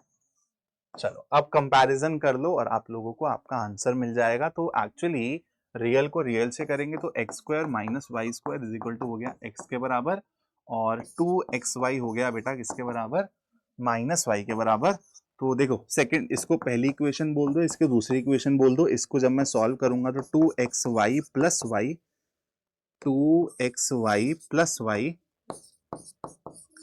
Is equal to 0, y common लूंगा तो अंदर बचेगा 2x plus 1 is equal to 0। तो यहां से एक y की 0 वैल्यू आ रही है और x की आ रही है -1/2। तो एक काम करो, एक बारी y इज इक्वल टू 0 यहां से उठा के यहां पे डाल दो। ठीक है, जब y इज इक्वल टू 0 यहां पे डालोगे तो x की आपको एक और वैल्यू मिल जाएगी, x की वैल्यू -1/2 डालोगे तो यहां से y की एक और वैल्यू मिल जाएगी, तो आपको कॉम्प्लेक्स नंबर्स मिल जाएंगे। ठीक है, और आप वो एक्स वाई यहाँ पे सब्स्टिट्यूट करके लिख देना, ये कॉम्प्लेक्स नंबर्स इस इक्वेशन को जस्टिफाई करते हैं। अब बेटा कॉन्जुगेट पढ़ने के बाद थोड़ी सी प्रॉपर्टीज ऑफ कॉन्जुगेट पे हम लोग ध्यान दे देते हैं। अगर मैं आपको बोलूं कि एक कॉम्प्लेक्स नंबर का कॉन्जुगेट निकालो और फिर उस कॉन्जुगेट का दोबारा से कॉन्जुगेट कर दो, तो क्या आप ओरिजिनल कॉम्प्लेक्स नंबर पे वापस नहीं आ जाओगे? आपने z का z बार किया और फिर z बार का भी दोबारा से बार कर दिया, तो ऑब्वियस सी बात है कि आप पहले स्टेप पे ही आ जाओगे। ठीक है, वही यहां पे पहले पॉइंट पे लिखा हुआ है। अब अगर आप z और z बार को ऐड करते हो, मतलब z और उसके कॉन्जुगेट को ऐड करते हो, तो देखो इमेजिनरी पार्ट का ही साइन चेंज हुआ था, इमेजिनरी पार्ट का ही साइन चेंज हुआ था, तो इमेजिनरी पार्ट कैंसिल हो जाएगा, बचेगा क्या, सिर्फ और सिर्फ real part, twice of real part. अब आप लोग क्या कर रहे हो, कॉम्प्लेक्स और उसके कॉन्जुगेट का डिफरेंस ले रहे हो। जब आप डिफरेंस लोगे तो देखो रियल पार्ट में कोई फर्क नहीं आया था, तो अब इस बारी इसका खात्मा होगा और जो आपका इमेजिनरी पार्ट था वो ऐड होके डबल हो जाएगा और साथ में आयोटा लेके बैठा रहेगा, that is 2 imaginary z into iota. अगर मैं आपको बोल दूं कि आपका z जो है वो z बार की तरह ही दिख रहा है, तो अभी जैसे वो 8 वाला क्वेश्चन करवाया था मैंने, जहां पे 8 का हमने जब कॉन्जुगेट निकाला था तो देखा था कि यार रियल नंबर का जो कॉन्जुगेट आता है सेम ही आता है। तो मतलब अगर किसी कॉम्प्लेक्स नंबर का कॉन्जुगेट सेम ही दिख रहा हो तो आपको पता चल गया कि उसमें इमेजिनरी पार्ट नहीं है, that is it is purely real. फिर अगर z प्लस z बार आपका 0 आ जाए, तो देखो यार खुद सोचो ना, जब आपका z प्लस z बार 0 आ रहा है मतलब कुछ इस टाइप का, x plus iota y plus x minus iota y is equal to 0, तो ये तो ऑलरेडी कैंसिल हो रहा है, तो 2x इज इक्वल टू 0 मतलब x इज इक्वल टू 0 मतलब रियल पार्ट 0 है, तो it is purely imaginary, purely imaginary. z into z बार आप लोगों को दिया हुआ है, जो अभी हम a plus b into a minus b लगा रहे थे, मतलब x plus iota y into x minus iota y करोगे तो x square plus Y square मिलता था, मतलब रियल पार्ट का स्क्वायर और फिर इमेजिनरी पार्ट का स्क्वायर। z1 प्लस z2 पे ओवरऑल बार लगाओगे तो इंडिविजुअली डिवाइड हो जाएगा, z1 बार प्लस z2 बार सिमिलरली सब्ट्रैक्शन में भी ये चलता है, मल्टीप्लिकेशन में भी इंडिविजुअली लग जाएगा। ये जो बार है बेटा ये यहां नहीं है, गलती से यहां है, तो अगर आप डिवीजन में भी ओवरऑल बार लगाओगे तो वो भी डिस्ट्रीब्यूट हो जाएगा। ठीक है, इन सब बातों का ध्यान रखना, और ये एनसीईआरटी में नहीं मिलेगा तो आप लोग इसका स्क्रीनशॉट भी ले सकते हो। ठीक है, आप लोग इसका स्क्रीनशॉट भी ले सकते हो। जब तक मैं एक मैसेज कर देता हूं।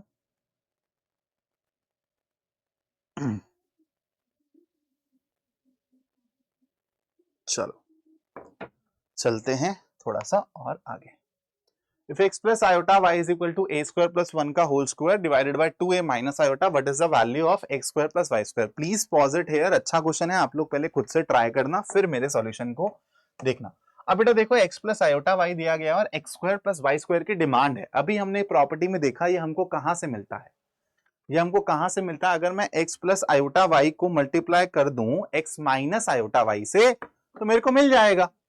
तो x प्लस आयोटा वाई तो मिल गया, मेरे को x माइनस आयोटा वाई की खोज है। x माइनस आयोटा वाई कुछ नहीं है, इसका कॉन्जुगेट निकाल दो। तो देखो x प्लस आयोटा वाई आप लोगों को दिया हुआ है a स्क्वायर प्लस 1 का whole square divided by 2a minus iota. अगर मैं इसके कॉन्जुगेट की तलाश कर रहा हूं तो ये हो जाएगा x माइनस आयोटा वाई।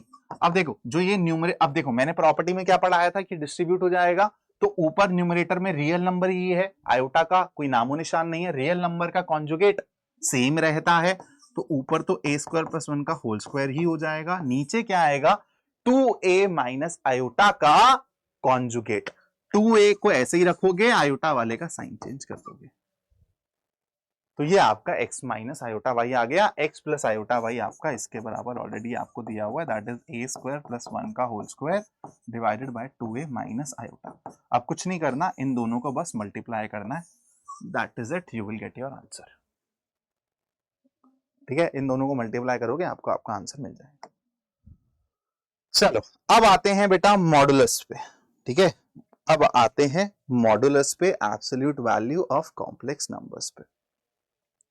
तो इसको मॉडुलस भी बोला जाता है, कॉम्प्लेक्स नंबर की एब्सोल्यूट वैल्यू भी बोली जाती है। एक्चुअली देखो एनसीईआरटी में ये आपको जब आप लोग आर्गन प्लेन के बारे में पढ़ते हो वहां पर समझाया हुआ है, लेकिन मैं आपको अलग से भी पढ़ा देता हूं इसको।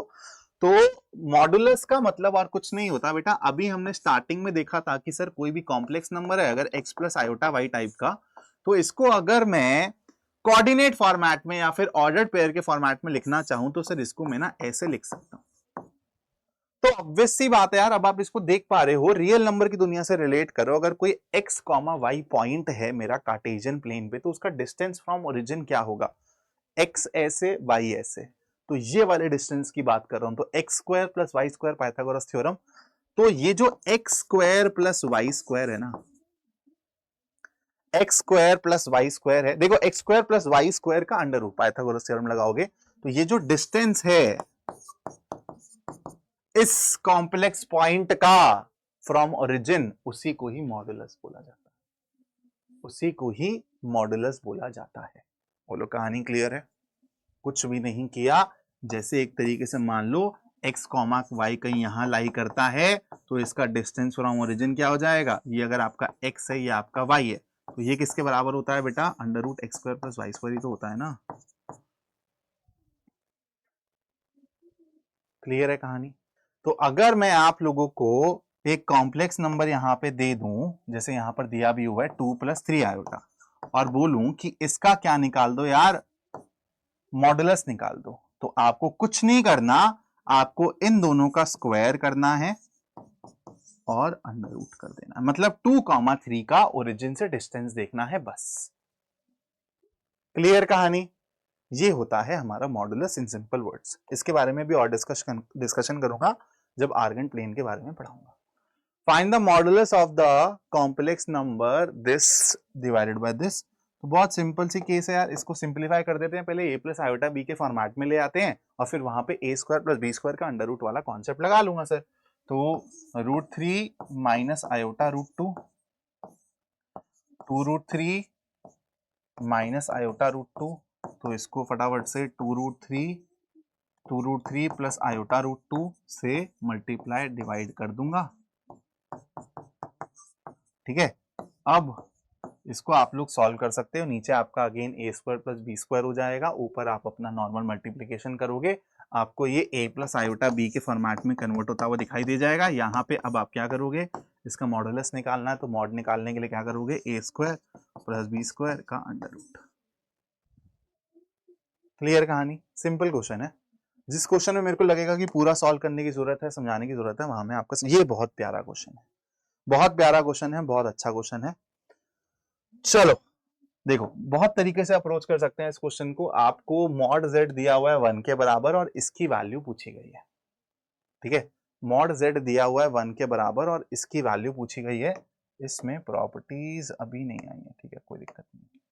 अरे यहां पर एक काम करो, यहां पर ना एक और कॉन्सेप्ट सीख लो, इसको मैं इरेज कर देता हूं और यहां पर एक और कॉन्सेप्ट सीख लो और फिर हम लोग वाला क्वेश्चन करेंगे, जो कि वो वहां पर ये वाला कॉन्सेप्ट लगेगा जो मैं इस स्लाइड पे आप लोगों को सिखा रहा हूं। आप लोगों को मैंने क्या बोला बेटा, modulus is under root A square plus B square. अगर आपका मैं बोल दूं कि यार मॉड z ये है और आप लोगों को पता है कि अभी हम लोग मल्टीप्लिकेटिव इनवर्स के बारे में बात करके आए हैं कि अगर मेरे को z इनवर्स या फिर 1/z लिखना होता है तो मैं कैसे लिखता हूं। अगर मेरा z बेटा मान लो a प्लस आयोटा b है तो मैं क्या लिखूंगा, a minus iota b divided by a square plus b square, है ना, यही होता था multiplicative inverse. a minus iota b a plus iota b का क्या हो गया, कॉन्जुगेट हो गया, मतलब क्या ये z बार हो गया। और ये जो डिनोमिनेटर में है क्या ये मॉडुलस का स्क्वायर नहीं है।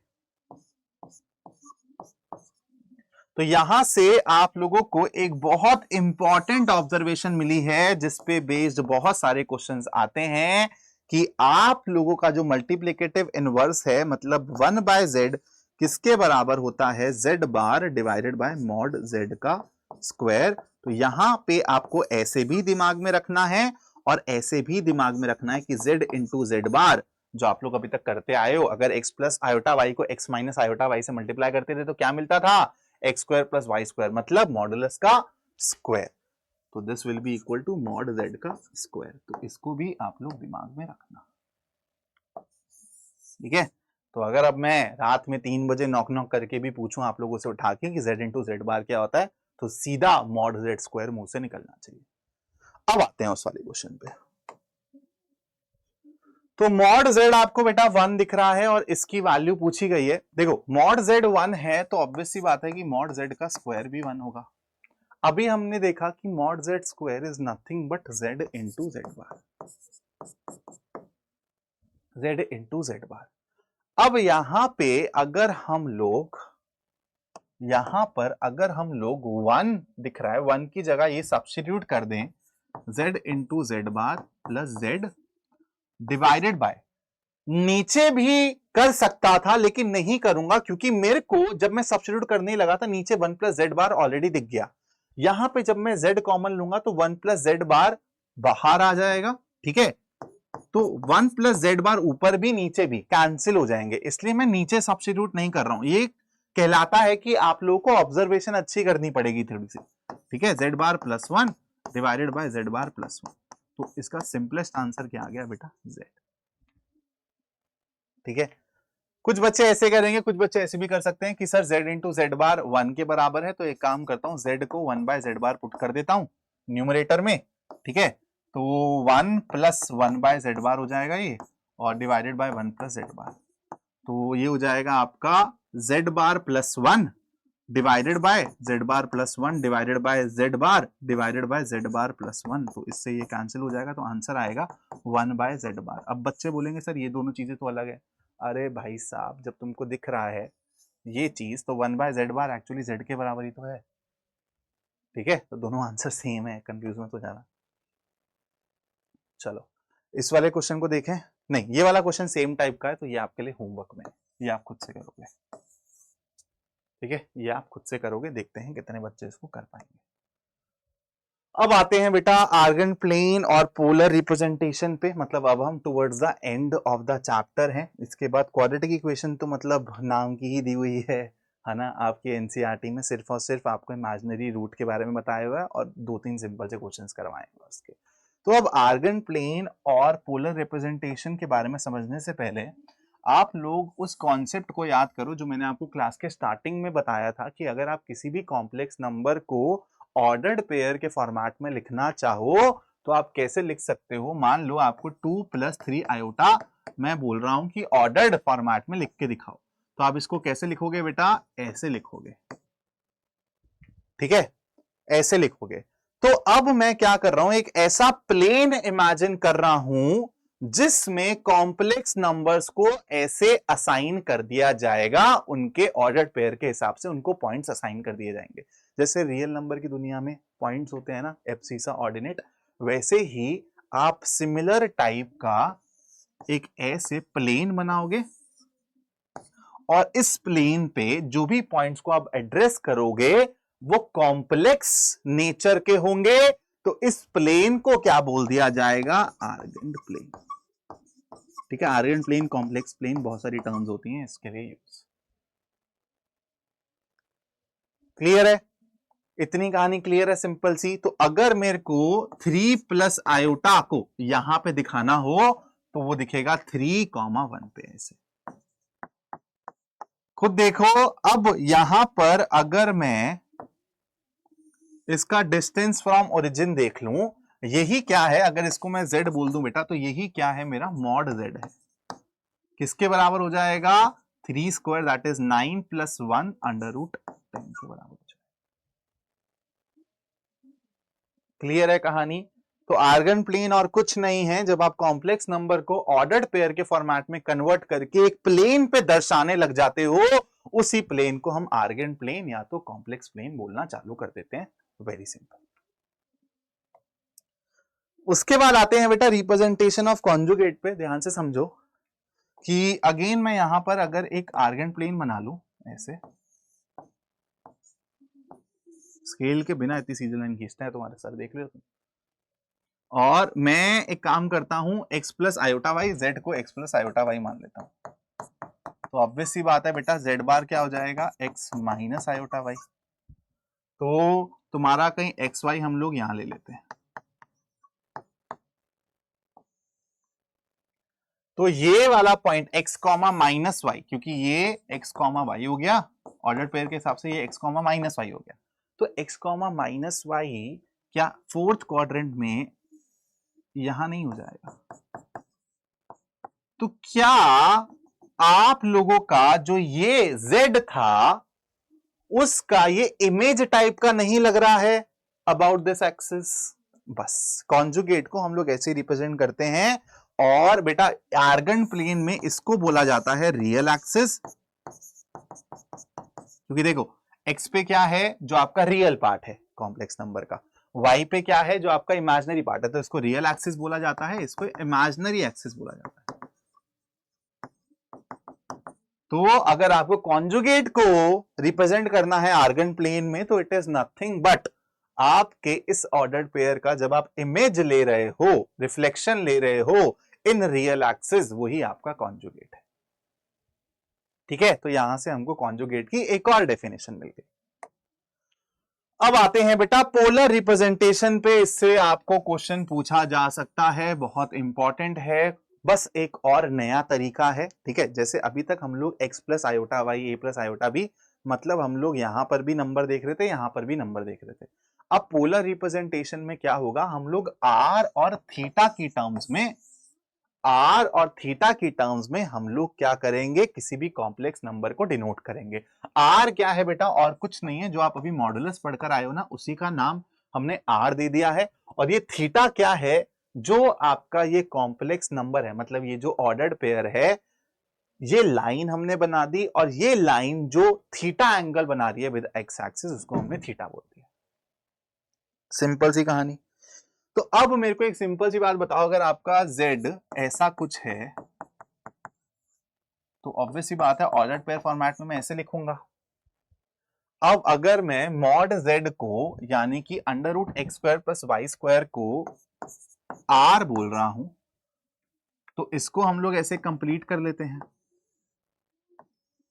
बेसिक ट्रिग्नोमेट्री जो आप लोग 10th और 11th दोनों में पढ़कर आए हो, आपको पता है कि अगर ये r है तो ये क्या हो जाएगा बेटा? r cos theta.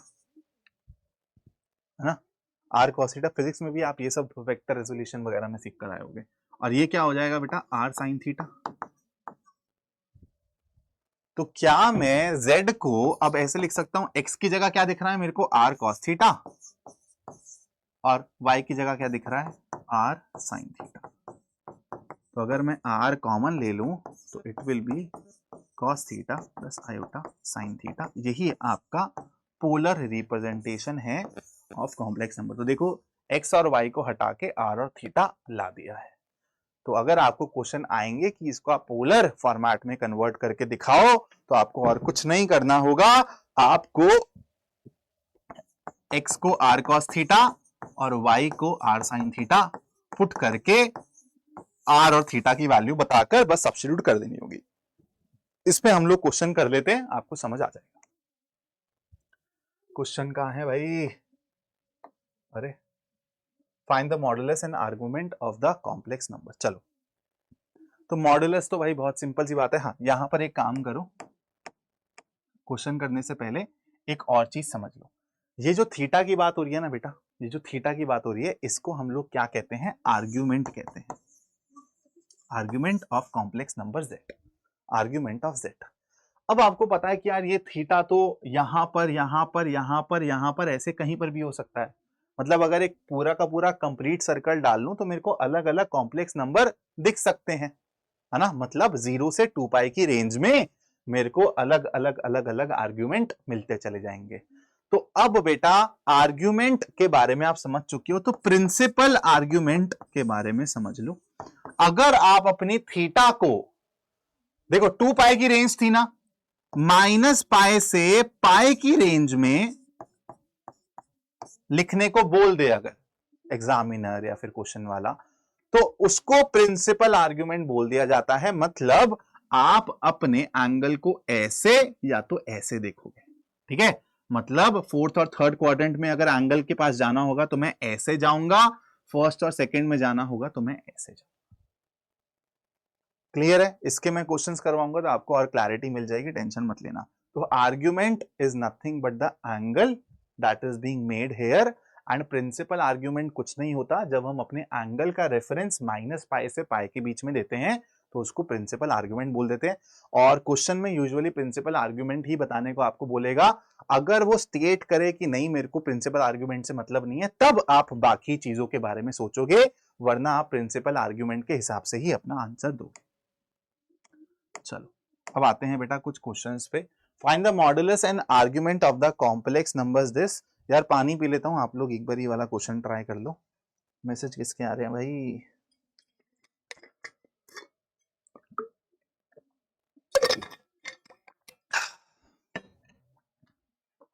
सिंपल सरल सा सवाल है भाई, इसमें तो ज्यादा मेहनत करने का इच नहीं है ना। चलो एक पार्ट कर लेते हैं, एक पार्ट आप कर लेना।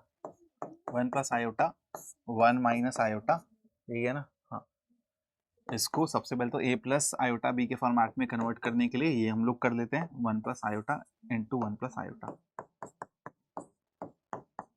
तो ये हो गया a प्लस बी का स्क्वायर मतलब 1, और फिर आयोटा का स्क्वायर -1, और फिर प्लस 2ab मतलब 2 into iota divided bye a square मतलब 1, और फिर b स्क्वायर हो जाएगा 1, ऐड कर दो, ठीक है। चलो तो अब यहां पर ये कैंसिल हो गया, तो ये हो गया 2 आयोटा बाय 2, तो मतलब आयोटा के बराबर हो गया, ठीक है। तो this is nothing but 0 plus iota. तो इसका अगर मैं मॉड की बात करूं, मॉडुलस की बात करूं, तो बेटा कैसे निकालूंगा, 0 का स्क्वायर प्लस 1 का स्क्वायर का अंडर रूट, यानी 1 ही आएगा इसका मॉडुलस।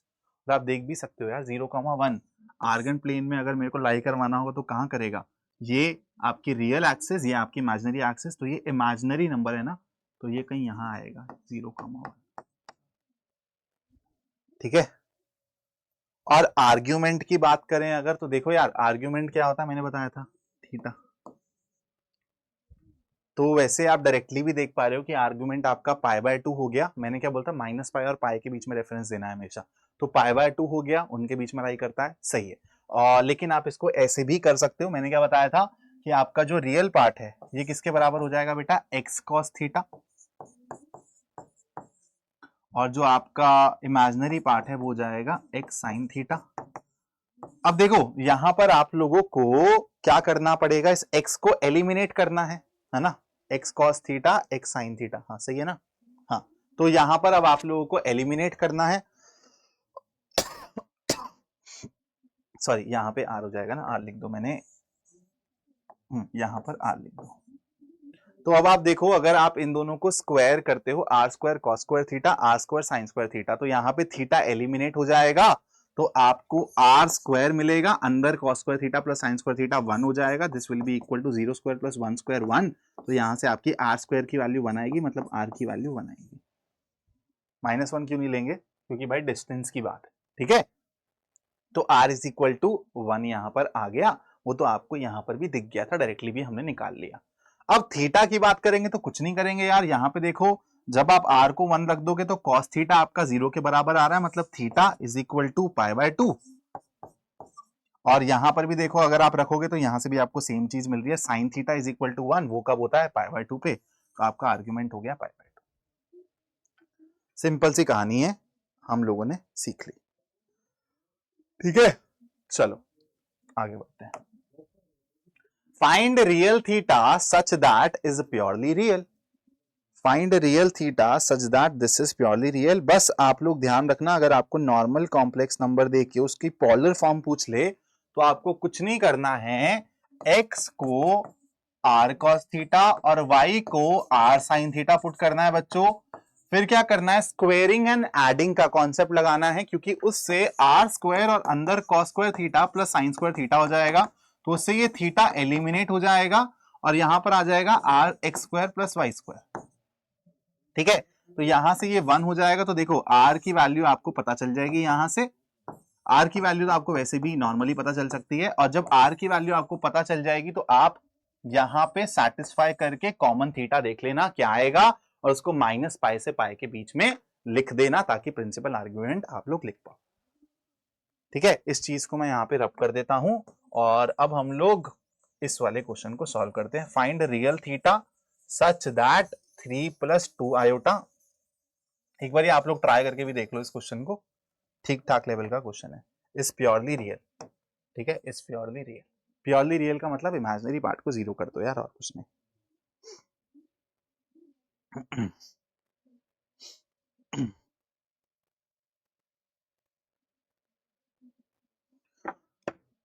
तो अगेन सबसे पहले इसको हम लोग सिंप्लीफाई कर लेते हैं, sine theta divided by 1 - 2 iota sine theta into 1 + 2 iota sine theta, और यहाँ पर भी 1 + 2 iota sine theta.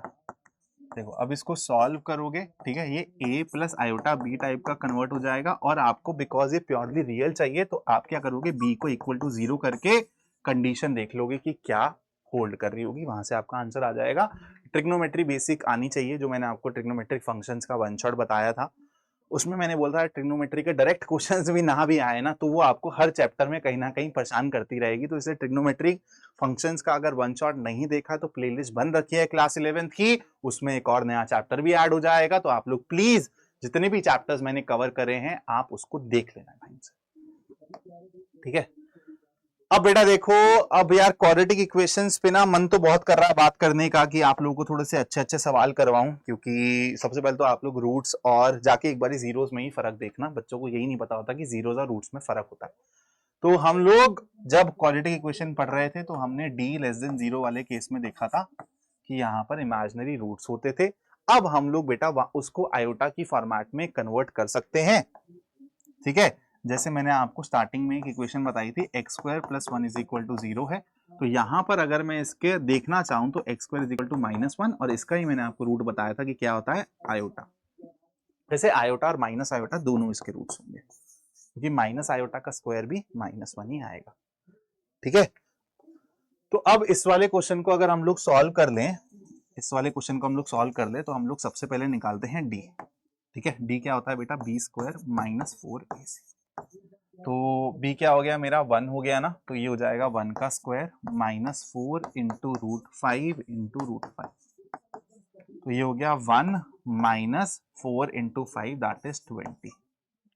Is equal to -19 which is less than 0। ठीक है, तो अगर इसके अब मेरे को रूट लिखने हो तो कैसे लिखूंगा, -b plus minus under root D divided by, यही होता है भाई कॉन्सेप्ट, है ना, भूल तो नहीं गए, बचपन में पढ़कर आए थे, बचपन क्या मतलब अभी 3-4 महीने पहले पढ़कर आए थे। तो अब देखो यार, ये जो आपका d था अब ये लेस देन 0 हो गया है, तो ऑब्वियस सी बात है कि आयोटा इन्वॉल्व हो गया है इसमें भैया जी, है ना, आयोटा इन्वॉल्व हो गया है। तो अगर इसके मेरे को सॉल्यूशंस लिखने हो तो कैसे लिखूंगा, -b मतलब -1 plus minus under root d क्या है अब बिना -19 है, तो मतलब -1 इंटू 19, तो 19 और जो अंडर रूट -1 है वो क्या हो गया बेटा, आयोटा हो गया, डिवाइडेड बाय 2a मतलब 2√5। This is your solution. तो जो सॉल्यूशन वाले क्वेश्चंस हैं एनसीईआरटी में वो बहुत ही ज्यादा मतलब चीप लेवल के हैं, इजी लेवल के हैं, तो उस पर ज्यादा आप लोगों को फोकस करना नहीं है।